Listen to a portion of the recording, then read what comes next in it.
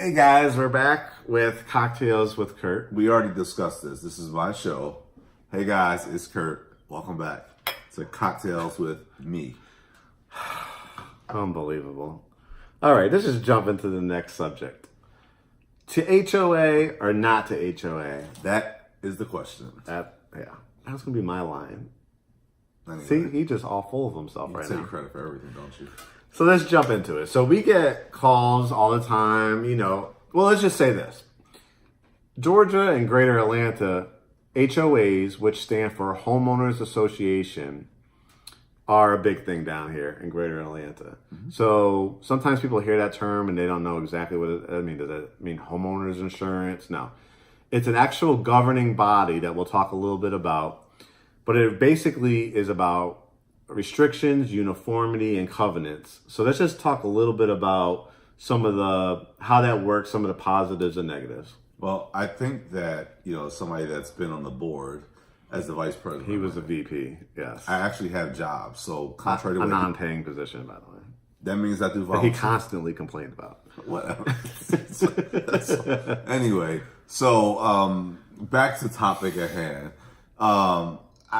For me, I think that, both being a homeowner and being an agent and seeing so many different communities and driving around, I see nothing but the benefits of having, being a part of an HOA. Mm-hmm. And, like you said, it's a governing body, which basically means that your community, the residents in your community have to abide by bylaws, deeds, and covenants that are already legally established. I like that. So, and everybody has a vote in that community. And everybody has a vote in the community. Everybody has a vote Just for everything. like in an election, you have a vote. You have a voice in it. You choose new officers. You choose if there's going to be amendments to the covenants. Now, what I will say, though, is while I think there's nothing but benefits to having an HOA, I will caveat that by saying the HOA is only as strong as its board members. Right. How many times have we seen an HOA community drive by and people's weeds are out of control? The house is pink. Yeah. And you would think, and you drive by, you would think, I thought that was an HOA community, and it could be.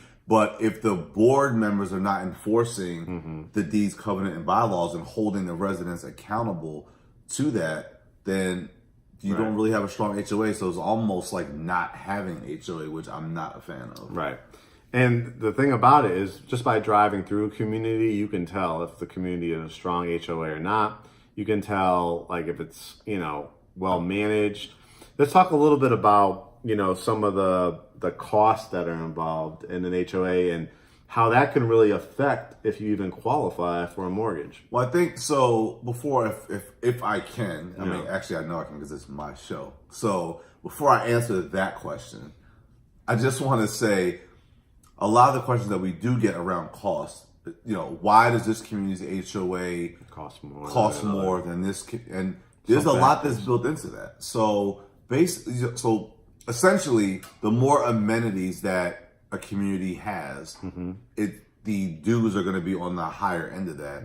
Also, you have to maintain a pool, right? You have to maintain tennis courts. Also, the smaller the community, sometimes the more expensive the dues can be because to upkeep the maintenance of the community, and there's only like 30 homes in there, and there's less households, it still is the same cost to uphold the community. So there's there's other factors, that would affect costs for sure. Now, usually if you have a community and it's it's very little maintenance, you're just paying for the utility lights outside. Usually the HOA can be on the lower end. Right. But what I will caution folks on is that if you're looking to buy a home and the HOA is really, really, really low, like less than $100 for the year, you might want to ask some questions about how strong the HOA is. Yeah, because most HOA, and you could talk a little bit more about this since you're on the board and the VP. My other job. Right. But in general, like Curt just talked about, the front entrance, there's nothing more important, right, than when somebody's driving into a community. If the sign is breaking down, if it's dirty, if there's no flowers in front of it, they never put pine straw, that's going to affect it for sure. So that if you got a community that's maybe $70 for the whole year, you might look at it, oh, wow, that's actually low cost for me. I don't really have to worry about it. But you have to probably worry about it. Right. And then, there's other factors too. If you're in a condo or a townhouse, those might be as high as $300 or $400 a month because you're getting like gyms and like Swimming pool, doormans and stuff like that. So they can definitely vary, but they are very big down here. Talk a little bit about your experience on the board. And I just want to say, for somebody that's discrediting my job, you sure want me to talk a lot about it. I'm just putting that out. I want you to share your knowledge with the Great Homes ATL audience. Trying to slay me. You always got a joke. I mean, as I said, when I took my position on the board, it was a transition. So there was one management company, right? And then we had a management company, and that management company, they were not fulfilling their part of our contractual obligation in terms of, you know, where we needed their support on certain things. The level of service was horrible. So I think generally speaking, what I found is that the hardest part is when you lose the morale of the community.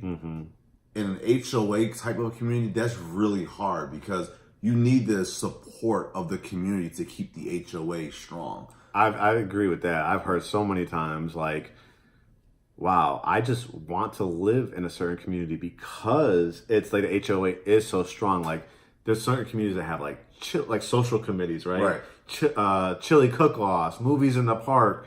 Sometimes it involves like paying for your Wi-Fi in your, that's a community in Douglasville. So it's like a lifestyle. So an HOA could also be a lifestyle that people are trying to buy into. I mean, you know, yes, it comes with restrictions, but I think that while, you know, some folks look at the restrictions as a con, a negative, I look at the restrictions as it provides the checks and balances that a community needs. Right. I mean, you don't know, like, just because I like my home a certain way, I can't make the assumption that 3 homes down, they have the same aesthetic that I do. So you need people uniformity. You need uniformity. Right. You need that restriction. You need that check and balance to say, before you put that 8-foot fence up, the HOA may say, no, we only do 6 feet. You know why? Because they don't want anyone to have a bigger fence than a small. It's kind of like, looks weird, right? It just looks very odd. Or a chain link fence as opposed to a wood fence or an aluminum fence, something like that.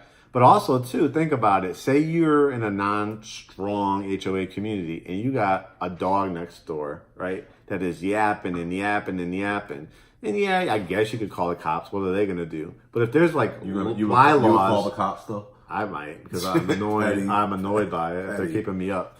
But like, if the restriction is like, hey, you have to have your dog in, like it can't be outside. Not like outside during the day, but like after a certain hour, right? Just like a noise restriction if you're in an apartment complex.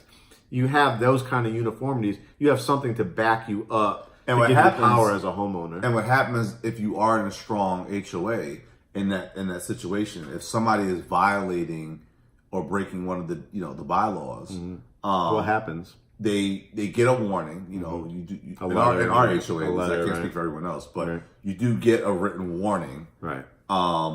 Just letting you know what the action, what the issue is, and if there's something that requires correction, you're given a certain time to do that, and if not, you are issued a fine. Now let's talk about too the person that doesn't want an HOA. Like, to me, you have to know that's going to help you narrow it down, right? If you're a person that, we just talked about all these restrictions. If you're a person that is not into restrictions, say you do want to raise chickens, right? Or you have a certain breed of dog that you want to raise or breed. You know what I'm saying? That type of person might not be for them. No, it might not be for them, but it could be for them also, because it just depends on the HOA in that community, because not every community has the same laws. So make sure, like, as we're going through this process, we always will have access to what's called a seller disclosure and then a CMA, Community Management Association. And then you'll have a contact number to call and say, could I get a copy of the covenants and bylaws? Does it fit what you're trying to buy into or not buy into? Maybe an HOA is not for you, but for a majority, just for people that are not familiar with the greater Atlanta area, expect the majority of the communities to be HOAs. It's just a matter of really researching how strong they are. And that could be just through driving through a community, looking at their covenants and restrictions. So to HOA or not to HOA, that is... It shouldn't be a question anymore because we just gave you the information. But if it is, leave some comments below. We'll try to answer them. All right, guys. Let's toast. Cheers. Cocktails with Curt. We'll be back.